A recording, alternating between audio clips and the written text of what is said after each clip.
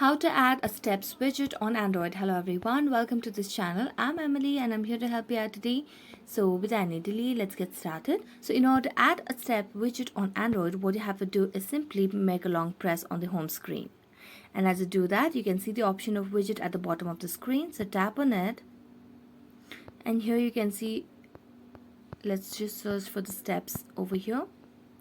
And as you can see, there's no such application or such option of a step widget, right? So what we are going to do is we just have to make sure that we have this application of any application that you can download from the Google Play Store that would calculate your steps.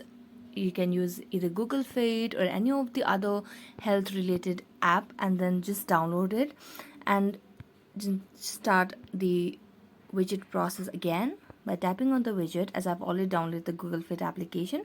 So I'm going to just search over here at the bottom and then scroll and then search until I find the application. So here you can see the Fit application is right here.